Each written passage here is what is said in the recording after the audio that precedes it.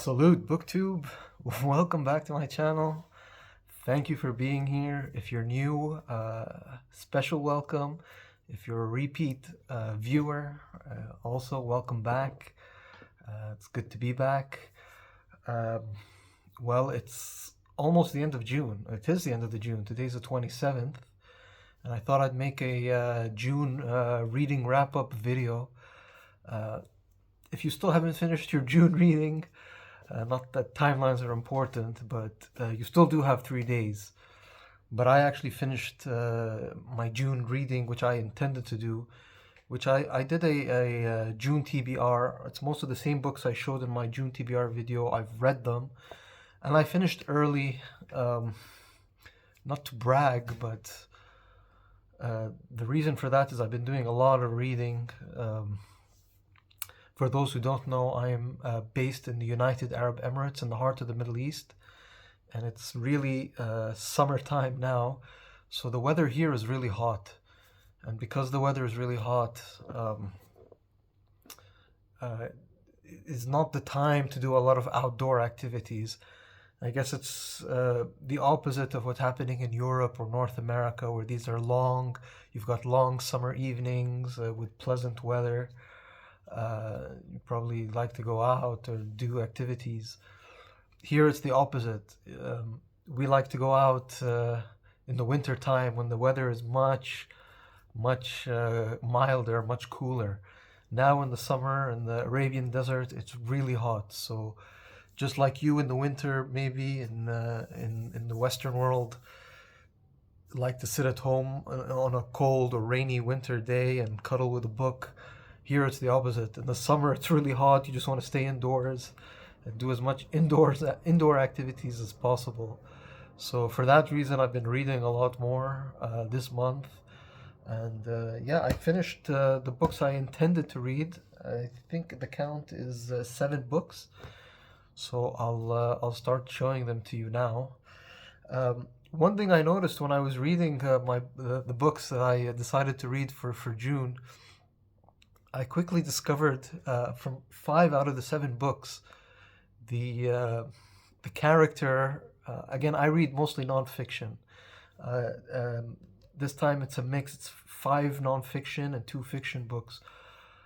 I usually read nonfiction, so the character. When I say characters, it's usually biographies or a historical figure. I like history mostly.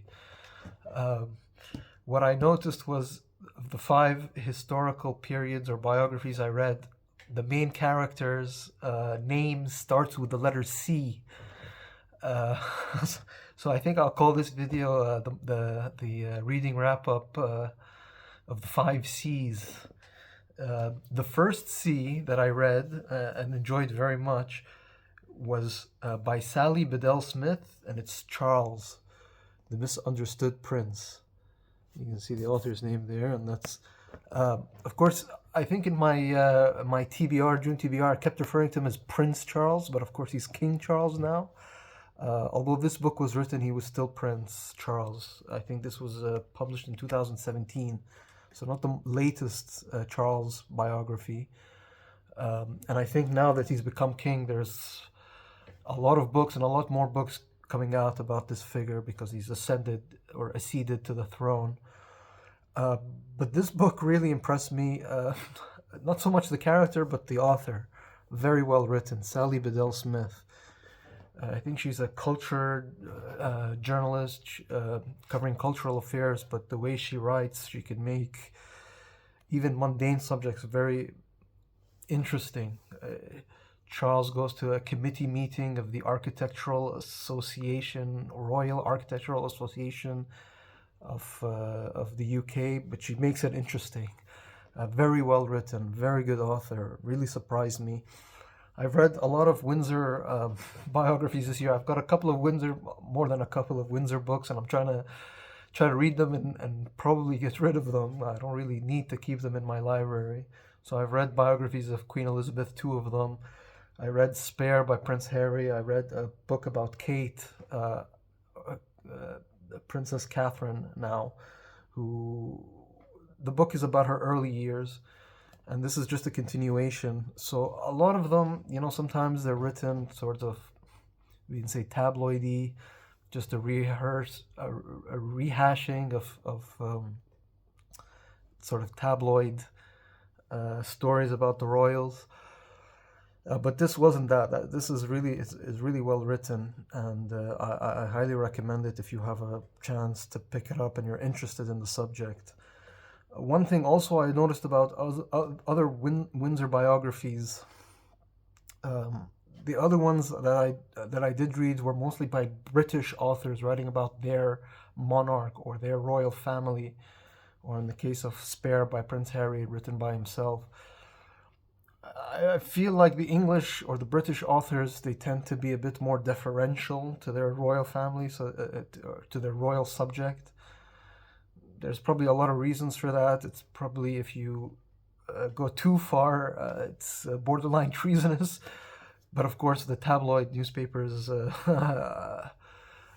go really hard on the royal family. But the authors, I think the British ones tend to just be a bit more deferential, and I think it's partly out of respect, but also partly out of, we don't want to be kicked out of royal circles, or we want to keep a good reputation among royal insiders, so we won't go too far in our criticism of the monarchy.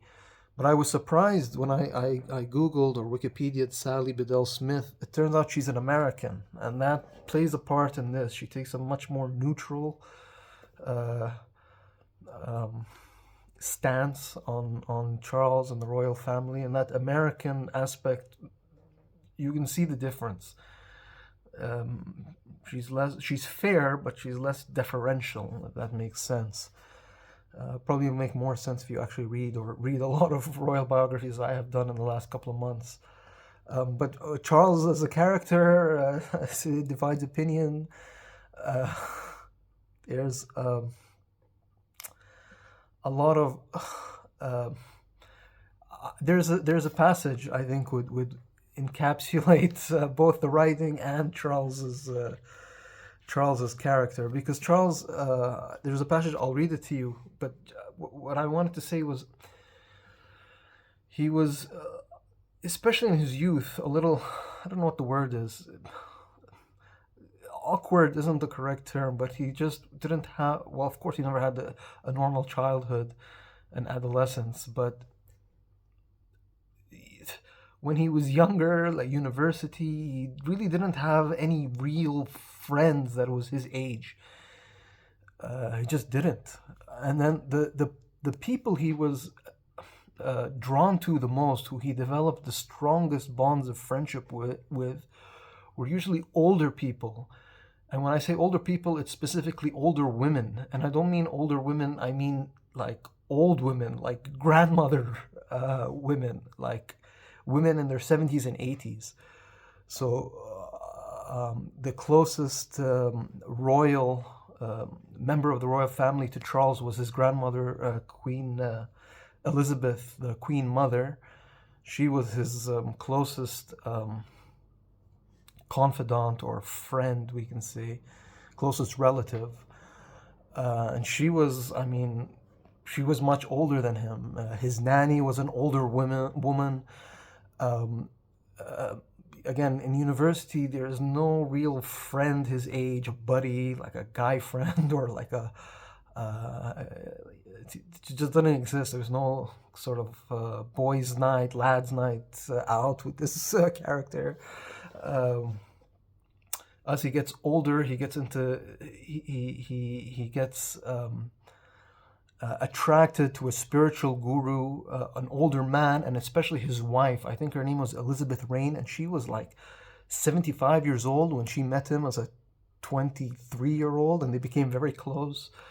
There's other characters that are older. His great uncle, Lord Mountbatten, acted as a grandfather figure on his father's side, because his father's father died early, so he never really had a paternal grandfather. But he was, again, an older man who acted as a confidant for him.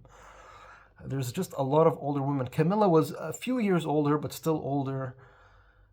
he gets into gardening. He's a very avid gardener, and then he chooses as his teachers for gardening, his gardening tutors, two older women, one of whom was something like 75, another one who was like 80 years old when he was still under 30.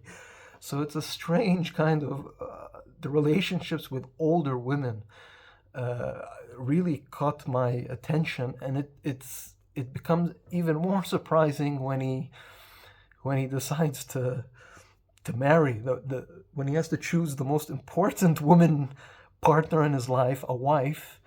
He's 32 years old when he decides to marry, and he finds nobody else but a 19-year-old girl. Really, she was a teenager, very young adult, Princess Diana. So he was 32 and she was 19, and just the match, people know the story of Charles and Diana, but you could tell that the match wasn't going to work because of just the differences in personality. And Diana wasn't, I mean, she was a spoiled aristocrat, yes, but she was also the youngest child of an aristocrat, so she was extra spoiled. And Charles, being more comfortable with older grandmotherly women figures, that big age gap and the difference in character and personality between Charles and Diana. A big part of this book, of course, is about Diana and their marital troubles and their divorce. But I wanted to read a passage which neatly encapsulates both Bedell Smith's writing and Charles's character. A good passage. Just a bit of background. What's the place called? Broadlands is the estate of his paternal side, the Mountbattens, his father and his uncle. Especially, it's his uncle's estate, Lord Mountbatten. And he decides to have his honeymoon at the Broadlands estate right after his marriage to Diana. Of course, Lord Mountbatten was assassinated a couple of years before his marriage in Ireland by Irish nationalists. And Broadlands was also where his mother, the Queen, spent her honeymoon when she married Philip back in the 40s, or was it the 1940s. So it says the contrast between Charles's honeymoon with Diana and his own parents' ideal at Broadlands and Birk Hall in 1947 was striking. For Princess Elizabeth and Philip, Broadlands was a haven of happiness they had enjoyed while growing up. Birk Hall in the Scottish Highlands was resonant with memories of a carefree childhood before her father became king. In letters to her parents during the honeymoon, they spoke of the depth of their mutual adoration and their determination, in Philip's words, to be joined in a, quote, new combined existence, able to withstand the shocks directed at us and to serve as a force for good. For Charles and Diana, Broadlands was an unfortunate reminder of the absence of Dicky, Lord Mountbatten, who was assassinated, not to mention the very place where the prince had courted Camilla for 6 months in 1972. The newlyweds spent 2 days in the 18th century mansions with its rolling grounds. Charles fished in the swift waters of the River Test, but failed to catch any salmon. Good foreshadowing there. He goes fishing, he can't catch any fish. A good foreshadowing of the failures of this marriage. Writing to a friend about his reaction to the wedding, Charles seemed detached from his personal feelings, describing instead how moved he had been by the public's, quote, good old-fashioned innocent enjoyment.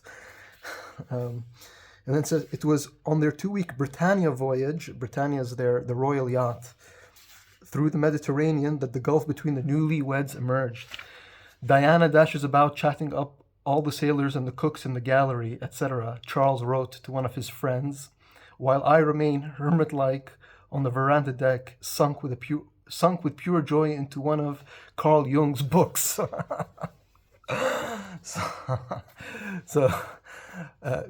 King Charles, if you're reading this, start a BookTube channel. You'll probably get a lot of subscribers. You see the difference there. They had the honeymoon at Broadlands, and it's the place where he was having an affair with Camilla, or he had a relationship with Camilla, and it seems he was having an affair with Camilla almost very early in his marriage. So just the contrast and the happy marriage between Elizabeth and Philip, Queen Elizabeth and Philip, and then Charles and Diana, and not catching the salmon, and then Diana being 19, 20 years old, newlywed, is talking to all the staff and the sailors on the ship, and Charles is just sitting reading a book about Carl Jung. So you see the differences and then the tragedy that happens after. But I thought that passage neatly encapsulates this book. But I quite enjoyed this. It's a good read if you're into that kind of thing. The next book, I should move on quickly, is another C. This C is actually, well, a lot of people spell it with a G, but a lot of people also spell it with a C. This book is by John Mann, and it's the Mongol Empire. And it's Genghis Khan, his heirs, and the founding of modern China. John Mann spells it with a G, Genghis Khan, but sometimes it's spelled with a CH, Chengiz Khan. So I'm counting it as a C, the second C in my 5 Cs of June. This book, very nice cover, very attractive cover, but the book sort of disappointed me. John Mann's writing style was left a lot to be desired. The book is a mix of history as well as his own travel log, going to Mongolia, going to China, visiting the sites, trying to discover where Genghis Khan's where his burial. Nobody knows where he's buried. Charles Mann tries to go and find out for himself, and it's a mix of both of these things, and it didn't impress me too much. The writing was a little bit, I don't know, clunky. The prose was not very flowing. I think the reason for that is Charles Mann wrote a separate book, a biography about Genghis Khan, which was well received. And then he wrote another book, I believe, about Kublai Khan. So this was sort of just phoned in, just collecting both and summarizing it in this book called The Mongol Empire. I don't know if I'm going to keep this because it's not the best. I've got more than a couple of Mongol books, and I'm trying to get rid of them. So I've been reading a lot of Mongol books in the last couple of months, and I'm trying to see what to get rid of, what to keep. I don't think I'll keep this, although it's very attractive, very nice cover. It's actually a lot of the other John Mann books that I do own also have nice covers. I'm hoping that the other books will be a bit better than this one. For example, I pulled out some from my library. This one is called Ninja, another nice cover. This one is called Samurai by John Mann, another nice cover. And then I've got another one called The Great Wall, also a nice cover. So they're nice covers. I want to keep them, but they're paperbacks, but nice covers. I don't know if it's worth keeping. Again, disappointed with this. Also, I think it's a little bit of my bias. John Mann is, I don't want to say I believe he's a Sinologist. I think he speaks Chinese. I don't know about Mongolian, but I think he's a Chinese speaker. He understands the language. He can speak it. He's certainly qualified. It's just the writing style. And then, of course, the Mongol Empire, because it was so large, fragmented. There was an Eastern Mongol Empire, which was China. And then there was a Western Mongol Empire, which was mostly the Middle East. One can argue there was a third, there was a third Mongol Empire, which was, we can call the Northern Mongol Empire, which was the Golden Horde, which was Russia, all the way to Ukraine and Crimea. So John Mann focuses, because he's much more of a China person, a China expert, focuses more on the Chinese aspect. I'm a bit biased because I'm from the Middle East. I would have liked more things about the Mongols in the Middle East. So again, this one was so-so, let's just say. The third C, well, again, if I call this person by his name, which starts with C, I probably get the lights knocked out of me. I probably get punched in the face. This is by Jonathan Eeg, and it's Ali Alive. The title is on the side. It's just a bare cover here. His name was Muhammad Ali after, but he was born Cassius Clay, so the C is Cassius Clay. But again, I think he would have been not too happy if if you heard me now, of course he's passed away, but if you heard me now referring to him as Cassius Clay, he would have been disappointed because he insisted on being called Muhammad Ali. And actually, there was one of the fights he had, one of his opponents, despite him changing his name to Muhammad Ali, just to provoke him, kept calling him Cassius Clay before the fight. And then once they got in the ring, he starts punching him. The Jonathan Eig relates the story. He keeps punching him and saying, "What's my name?" and then punches him again. "What's my name?" and then punches him again. "What's my name?" To hammer in the point. But this was another excellent book, a very good biography of a very interesting, very initially controversial, but then very inspirational figure. Jonathan Eig, Alex at the book, at the Unabashed Reader, did his mid-year freakout tag, and he was asked what was his favorite book so far of 2025. I think it was his mid-year freakout tag. And he mentioned the Jonathan Eig book about Martin Luther King, and he said it was excellent, and he showed it, and it had the Pulitzer Prize for biography or history, was a Pulitzer Prize winner. So Jonathan Eig he's a good writer. I think the Martin Luther book is more recent than this. This is, I think, from 2017. But a very good book about a very, very interesting character. I won't retell the whole story of Muhammad Ali, but there's just a few. It's just the story of a zero to a hero, back to a zero, and then a hero again. There's a couple of things, maybe also passages I'd like to share, maybe just to show you the contrast. So at the beginning, of course, when Muhammad Ali, we're talking about late 1950s, early 1960s America. The civil rights movement hasn't really stepped up, but there are changes in society. But the old ways of, the segregation between blacks and whites was very pronounced at this time. And Muhammad Ali broke those. He broke those molds. First of all, he was a loudmouth, so that didn't endear him to the white, at least we can say the general white audience who watched him. White America wasn't used to an outspoken black man on TV being very exuberant and very cocky. So that was the first challenge that Muhammad Ali faced. So it says here, just read a passage to give you an understanding. It says, Clay was something new, a feisty black man who seemed to think he could say and do whatever he pleased without fear or punishment. To some, he was an, quote, uppity N-word who needed to be put in his place. To others, he was an inspiration. For almost everyone, he was a curiosity and all but impossible to ignore. So initially, again, very uppity, very a loudmouth, very cocky, very confident.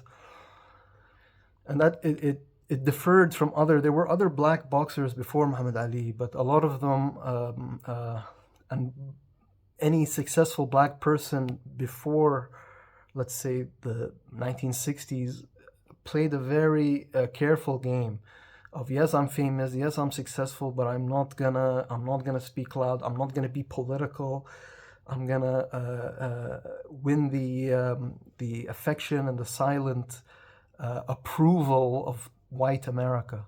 But Ali didn't follow that, and he, of course, was a very different character to most. And then just to compare what I read, that was from chapter 13. If we go to chapter 43 and see the difference, this is later in the book, later in his life. If I can just find it really quickly. Okay, it's right here. So just when I need it. Okay.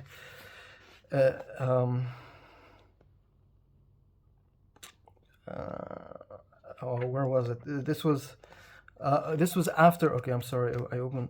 Okay, it says this is after the rumble in the jungle when he fought George Foreman in Africa.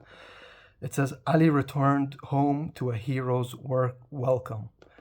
So the big difference between when he first started and when he sort of the attitudinal changes that happened between when he first came out in the early 60s and then when he came back from the Rumble in the Jungle in 1974. Only about 10, 15 years, but in that 10, 15 years, he went from being a loudmouth, uppity N-word to a hero.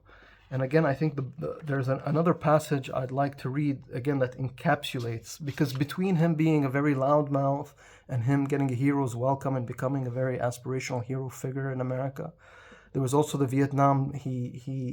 Well, first of all, he decided to join the Nation of Islam, which again in 1960s, becoming a Muslim in America was unheard of, especially for a famous person.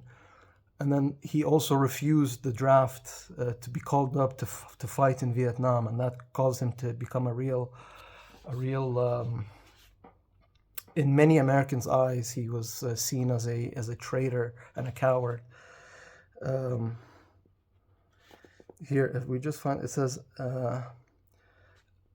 still, as millions of Americans protested the war, the boxer's actions seemed less treasonous and more courageous, especially among young white protesters. After the demonstrations at the 1968 Olympics and countless other protests by black athletes, the sight of an outspoken black athlete no longer shocked. Mainstream black leaders such as Julian Bond and Ralph Abernathy, who had once disdained Ali, began to cheer him.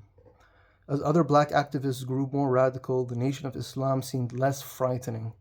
When boxing officials denied Ali the right to box and the government revoked his passport, even some of the white sports writers who had criticized the fighter questioned whether he was being singled out unfairly because of his color and his religious and political beliefs. It wasn't that Ali moved towards the mainstream, but that the mainstream moved towards Ali. That's a good encapsulation of Ali's character. Having the belief and having the principles to stand by. He stood by draft. He said, "Put me in jail. I'm not going to Vietnam. My name is no longer Cassius Clay. I'm a Muslim. My name is Muhammad Ali." All of that. He was an early adopter of the revolutionary, the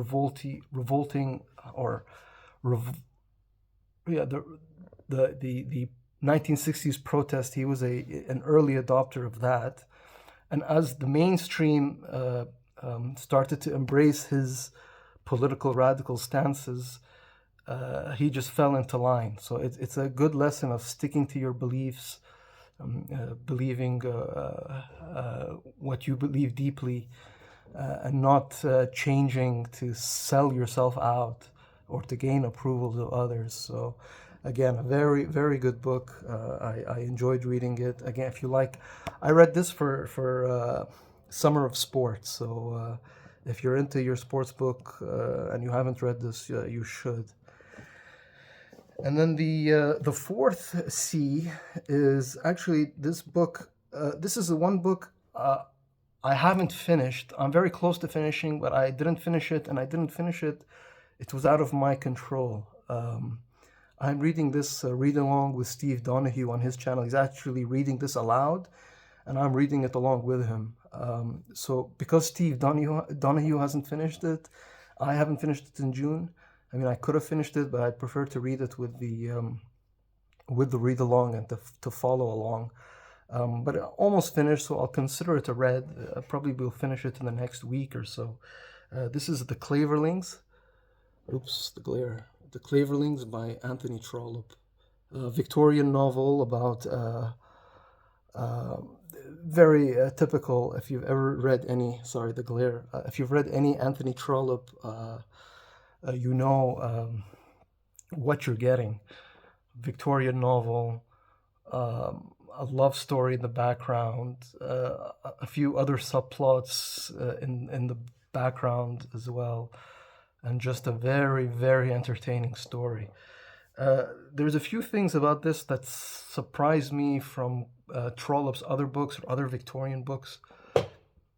Usually in Trollope books, it's usually two men fighting over the love of one woman. Usually that's the scenario, or there's multiple suitors for one woman. In this case, it's actually one man torn between two women, which was a bit rare, I think, from other Anthony Trollope books. That one, that aspect was a bit rare. The other thing I found a little bit unique on the Cleaverlings compared to other Trollope books, Trollope novels, is a bit risque, for Victorian standards. There's quite a passionate kissing scene, which again for Victorian sensibilities was a bit outrageous. Usually in other Trollope books we don't see them going this far, but in this one it was something a bit unique. But again, highly recommended if you like Victorian 19th century. Men, women, everybody, young, old, would love Anthony Trollope. I've become a fanboy, and I'm not a big fiction reader.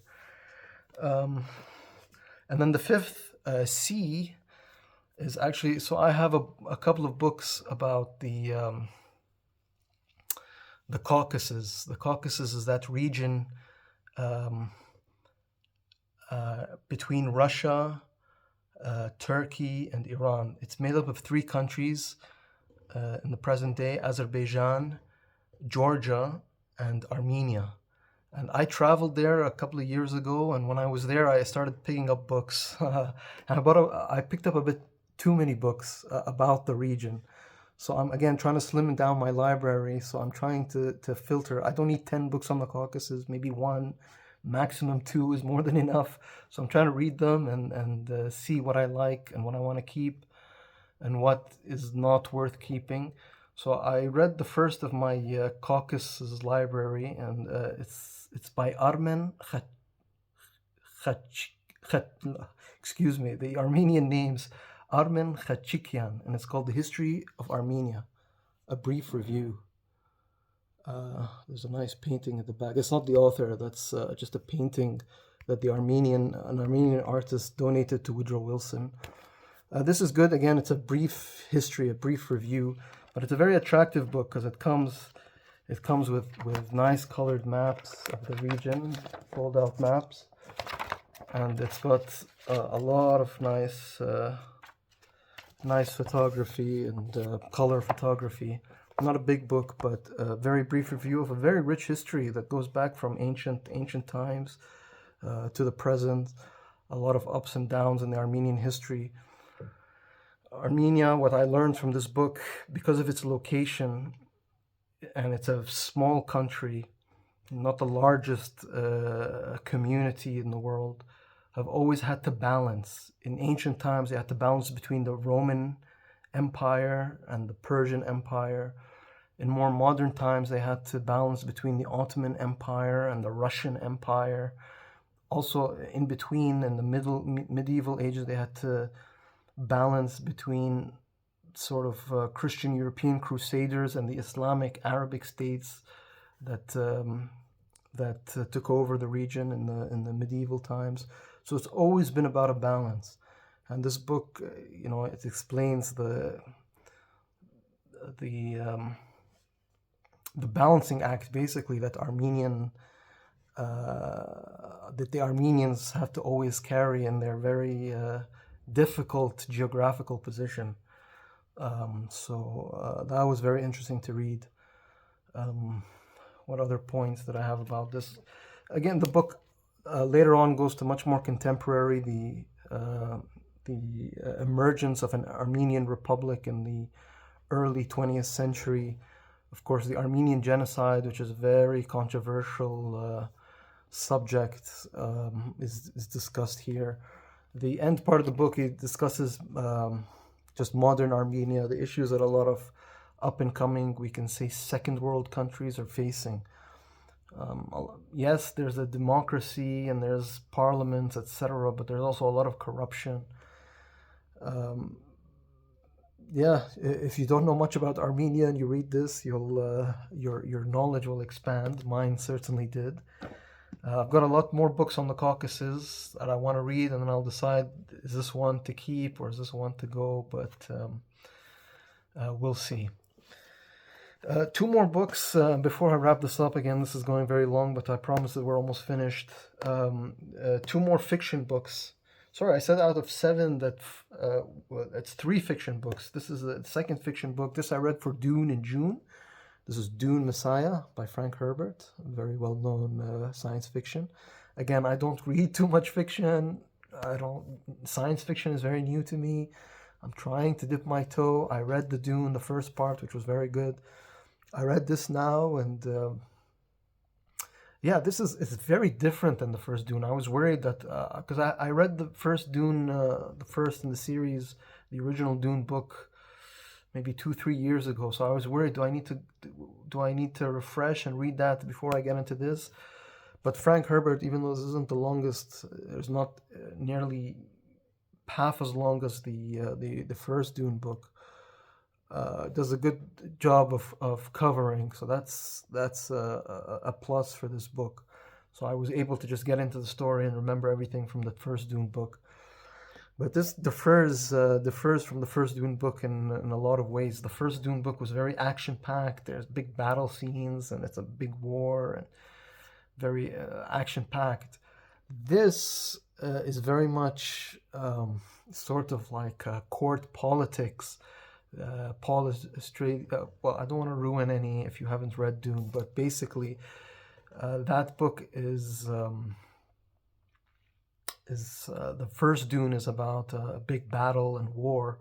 This one is very much Paul Atreides and the Atreides family is in power, and they need to negotiate all the potential enemies in their court, basically. So it's very different from the first Dune book.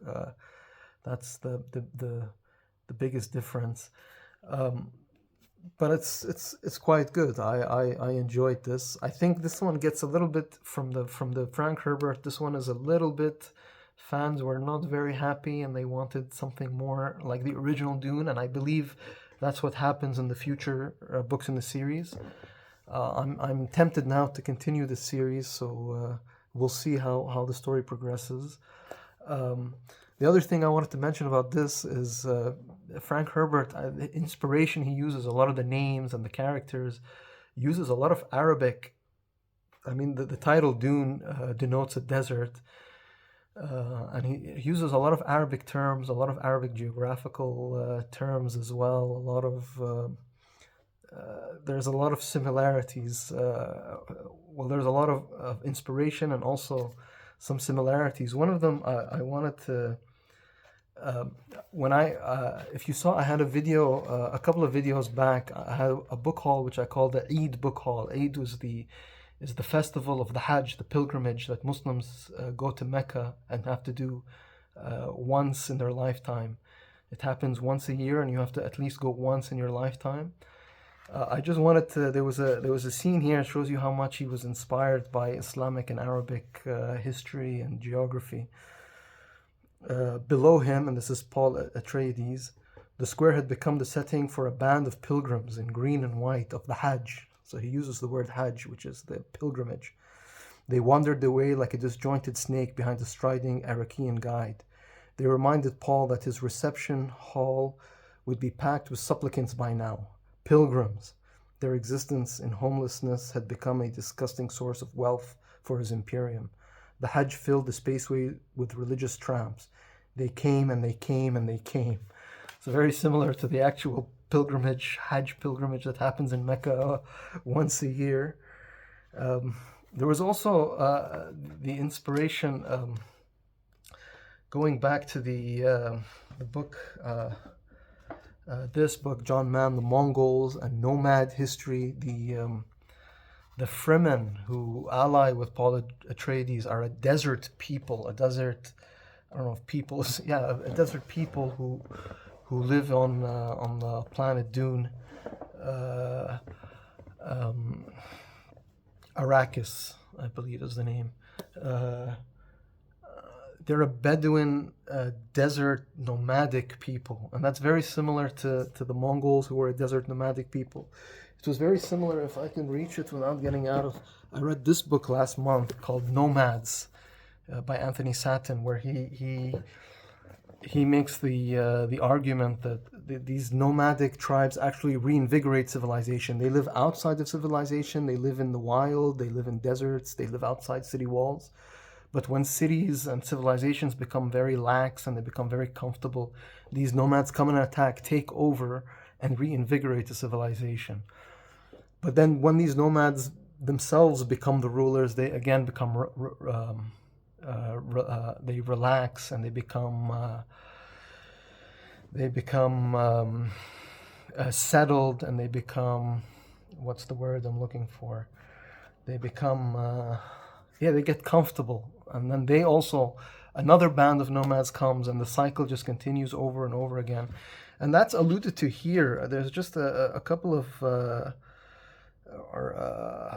another passage I just wanted to read. It says here, the street now was thick with sand blown.